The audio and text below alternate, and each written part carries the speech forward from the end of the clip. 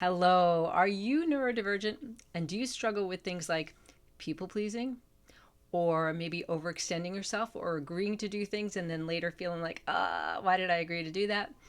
Or things like being social and then your social battery is really, really drained and you kind of crash afterwards. So, if so, today's reading is for you. Today, we're going to take a look at it in a little lighter vein. Hi, I'm Vicky. Welcome to the channel. I am an intuitive medium, neurodivergent therapist. And today, we're going to take a look through this fun deck called the Dead Inside Tarot deck. And we're going to take a look today at those exact things. Some of the things that we struggle with as neurodivergent people. And we're going to get some advice from Spirit on how do we take care of this? How can we better manage that and take care of ourselves through those struggles? Join me, will you? Grab your drink, grab your favorite drink, or as I always say, like 2 or 3, like I usually have on hand. And let's take a look at what Spirit has to say about this for us. Come on in. All right, lovies.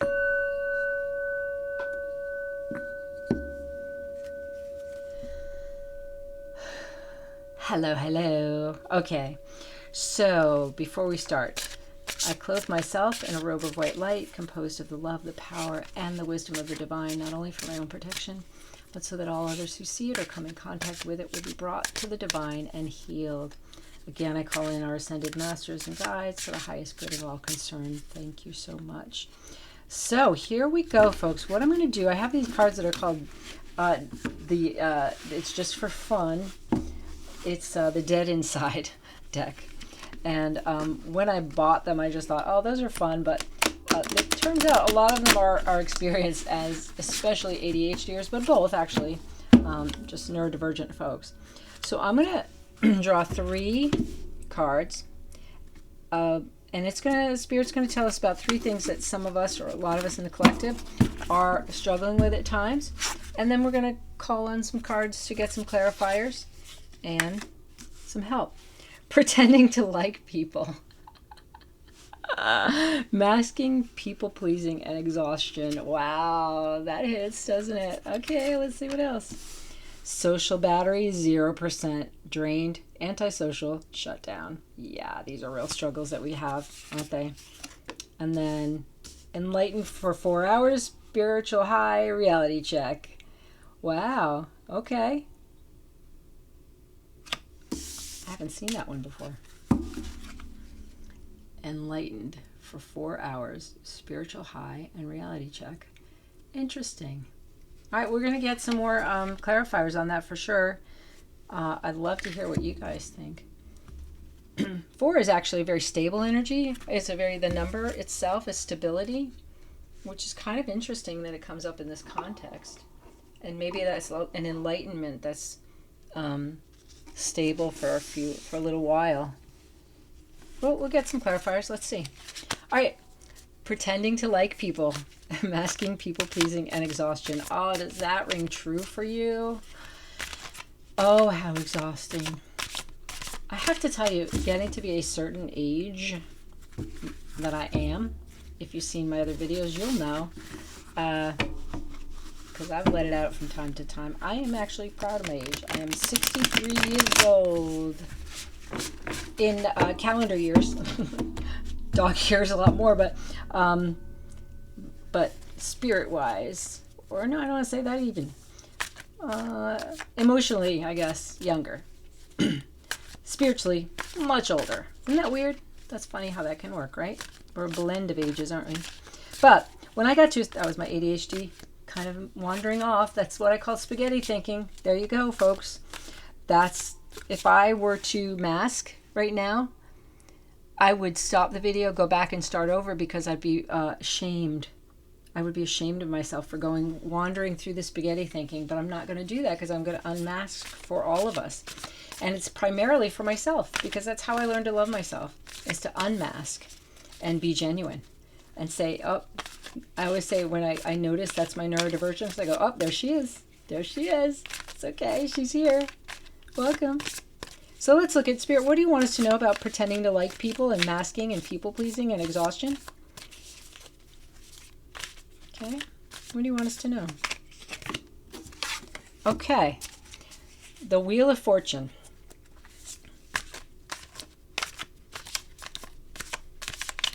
This is it's sometimes chance. Like you meet people, it's kind of like, oh, it depends on who you're going to get, right? But what I'm getting intuitively is it's actually in your control. This is a cycle you can let go of if it's something you choose to do. And, we can take a look at that some more. Yeah, because things come in at us very quickly. And sometimes this can be less so when it's text and more in person, I'm getting. That people pleasing happens more in person than if you're doing something by text. So maybe that's a gift for you to say, listen, okay, if somebody needs something from me, I can think about it. I can say no first. And then, think about it before I respond to the text. Although many of us leave the text unread for a long time anyway. But the exhaustion, part of the exhaustion is things come at us quickly, or there's a lot of demands coming at us. And part of breaking this cycle is things like building in a buffer between yourself and saying yes. That's the people pleasing. And that's where a lot of it shows up. Okay, Spirit, thank you. Okay. The people pleasing for a lot of us comes down to not wanting to say no. And if you're ADHD, that can be also, oh, it sounds like fun. Sure, I'll do that. When we ask to do something or volunteer or come to an event or even just make plans with a friend, our ADHD can go, yeah, let's do it. Or the people pleasing part is, oh, okay, I'll help you with that. I'll help you move. Oh, right? Or, I'll watch your kids for you. Whatever it is, because we're people pleasing. And it can even be just like not asking for a change in the food that comes when you're at a restaurant because we want to people please. We don't hurt anybody's feelings. And that can lead to this exhaustion. So an example with like volunteering to do something or agreeing to plans or anything, even if it's something you want to do, I encourage my clients, and again, this is not therapy. It is not intended to be therapy. It's for entertainment only and education. So the educational piece here is to tell you a technique, a skill, a tool that we can have is to say, I will let you know when we're asked to do something, things are coming in fast. We want to change that cycle of overextending and people pleasing. The first thing to do is to say, oh, that sounds cool. Let me get back to you. You build in a buffer between yourself and the issue or between yourself and the tendency toward people pleasing. That gives you time to consider. And if you do better with text, it means later you can text them and say, I really wanted to do XYZ, but I got a conflict. I can't. I'm so sorry. Or, I thought about that and that's not something I really am into. Thank you, though. If you want to be absolutely honest, if that's the case. Or it's just not going to work for me. I wish I could. It's a way to unmask and just... Or if it's something you want to do it, but give yourself a buffer first to make sure you have the energy and all that for it, right? Make sure you got the energy first. So your social battery over here does not get diminished. Let's take a look at that one. Social battery, please. Leave a comment. Let me know if you like these cards, if they ring true for you, if they hit. They're intended to be funny, but for us, the issues are not funny. The things that we're dealing with in these is very real. Please leave a like if it does hit for you. Okay, social battery is the Empress. This one, I am not gonna lie. In my readings, you saw I shuffled. I use different decks. I shuffle.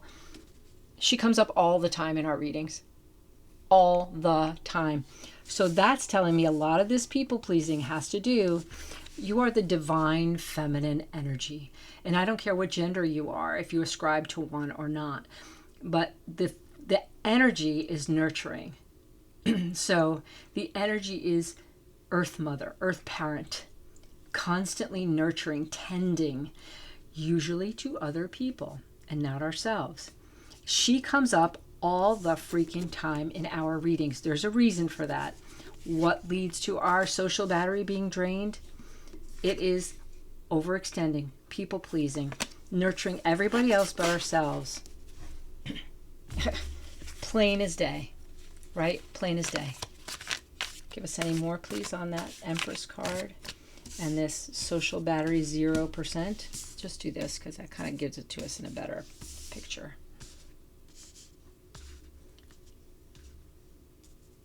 I want to unmask for you guys here as well. You may have heard before, I have some obviously I have neurodivergence. I have dysautonomia, which means, especially shows up in POTS and other minor, for me, neurological things. Other people, it's definitely a spectrum. But one of mine, and it's always been, is that I can have tremor. It happened when I was in middle school, high school. It's not anxiety. It just is a physical tremor that can come with dysautonomia. And so I want to put that out there. I'm not nervous at all because I love doing this ish.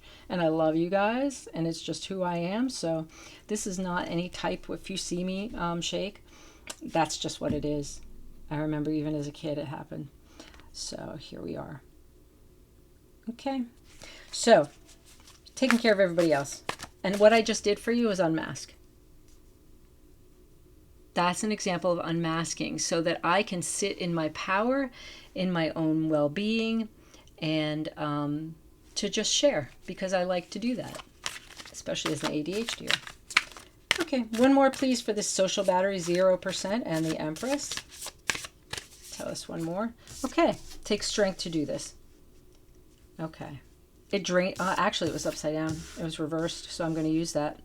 Yeah, if we're not nurturing ourselves, we're not paying attention to our energy as we go through our day, it drains our strength. That's just very clear. And neurotypical people this is not their experience typically. They can get tired, yeah, but the social battery is something very different for us, especially the autistic, AuDHD folks. ADHD, pure ADHD, it doesn't happen quite so much because the dopamine hits often and we get excited for the social interaction, and it's not draining, it's actually enriching and nurturing and energizing. For those of us who tend to be autistic or AuDHD, this tends to be more, and again, that's not diagnostic. It's a spectrum and everybody hits differently on it. But I'm just giving you generalities and where I see it show up more. And so it can look antisocial, which is not the truth at all. But we can shut down. We can get overwhelmed and we can crash. So that's why managing our energy all through the day keeps our strength from getting depleted. If you're familiar with the spoon theory with chronic illness, it's the same for us energetically. It means monitoring our energy all day. How am I feeling? I do typically a little exercise. Just stop for a second, take a breath and say, okay, where am I? What do I feel? What do I need? Something in me, what? Something in me is good right now. I'm good. I can keep going. There's nothing I need. It could be something in me, is sad. Okay, take a minute. Take a minute. That's all it is. It's that quick. Something in me. What do I need? All right. Enlightened for 4 hours. I want to see what the clarifiers are on this because I'm not really getting this. Enlightened for 4 hours. Spiritually high. Reality check. Tell us more, please. What are you telling us here? Okay. Justice is looking at the truth underneath.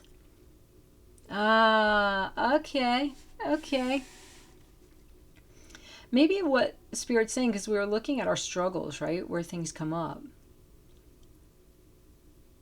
And maybe it's that, I'm listening. Okay. So as neurodivergent people, we can be very intuitive, right? And it's moving into that energy of, when we move into the energy of our intuition and listening to ourselves and listening to spirit and kind of even just listening to our inner being, who we really are, it can be a spiritual high for us. So cool, right? And that's the reality check of how we remember who we really are in those moments. But as neurodivergent people, especially ADHDers, we forget to do this for ourselves. We don't do it quite frequently enough, or we don't really live in it. And so it can feel unbalanced and it can feel like we're blinded to life. We're blinded to any kind of balance that could exist because we forget to do that.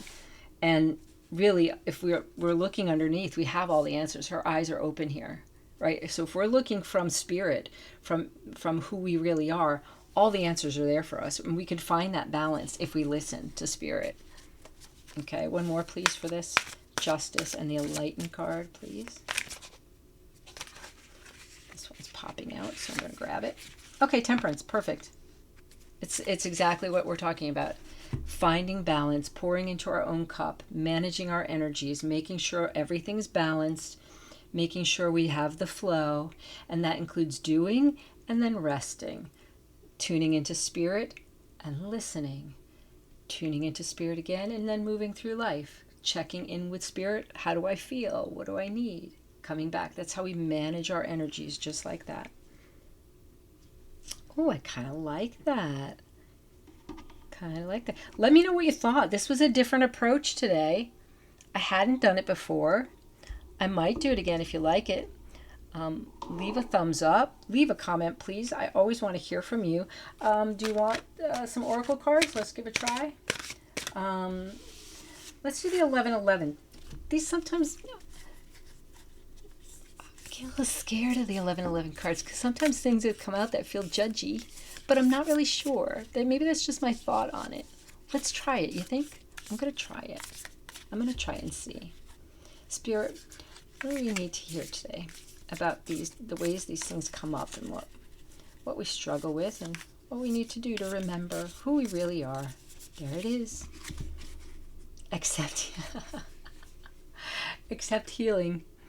You're being healed. We're not being healed from neurodivergence. The goal is not to be neurotypical. It's impossible, and I would never want to be neurotypical. I'm sorry, I'm just going to tell you that. Because the things that we love, the things that we struggle with are also some of our most beautiful things about us. So we can accept the healing of knowing who we really are. Know who you really are. Believe in miracles. You are being healed. Oh, that's beautiful. I'm glad I wasn't too scared to pull. I don't know why I say that, because the 1111 cards are typically nice ones, but they're really good. But I think a couple of times some things have come up that I went, ew, that feels weird. But I don't remember what it was. Anyway, I don't even see anything that would be that. I'm going to use them more often just to kind of figure that out and work through it. Okay? But very cool. Want one more? Let's see what's on the bottom. What's underneath it all? Spiritual questioning. Answer a call. It says 11th hour call. Answer a call. Spiritual questioning. It goes right to this, doesn't it? It goes right to this. Okay. All right. Glad I did it. I'll do it again in the future. I'll try. I hope this resonated for you in some way. Okay? I love you very much. And I will see you soon. Be well, be kind to yourself, and remember who you really are.